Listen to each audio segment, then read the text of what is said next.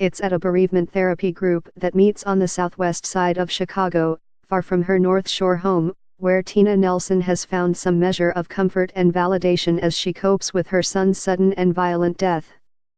Grant Nelson was killed in May while driving for rideshare company Uber.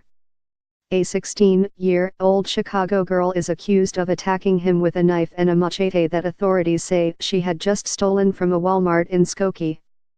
Since July, Tina Nelson has been attending a support group for crime victims' families that's held each month at the Layton Criminal Court building in Chicago. Tina Nelson had experienced other losses in recent years. A sister-in-law died unexpectedly of a brain aneurysm. And just a month before Grant, another sister-in-law lost a torturous battle with cancer. But her son's death is a different sphere of experience, Tina Nelson said. You have to reconcile the fact that someone chose to take the life of your loved one, said Tina's daughter Alex Nelson, who also has been attending the bereavement group. It is not a freak accident or illness. It's that someone made a conscious choice, and that adds to the grieving process. You are not just mourning the person.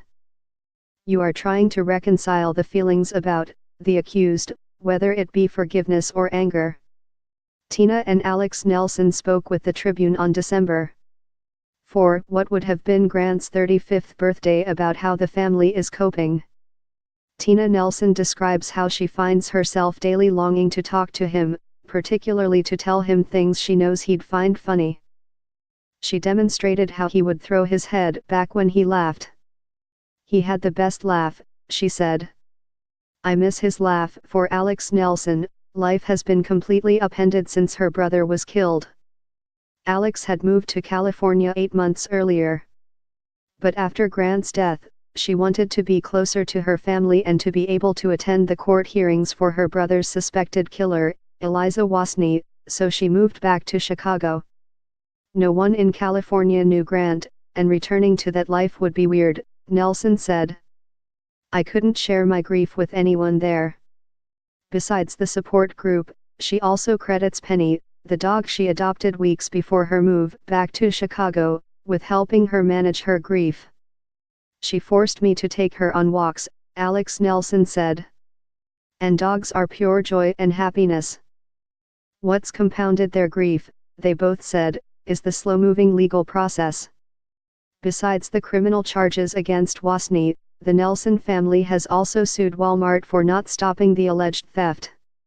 And unlike Wasney herself, who has missed several court hearings because of hospitalizations or the many disciplinary problems she's had in juvenile detention, Tina Nelson has attended every one of the hearings.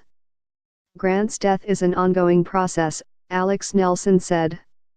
Because we are involved in the legal process, we can't just move on. Confronting the first holiday season without Grant has been a particular challenge. This year, the family decided to eschew a traditional Thanksgiving dinner at their Wilmette home and instead dined at a downtown hotel. And even now, 7 months later, they encounter people who haven't heard the terrible news about Grant.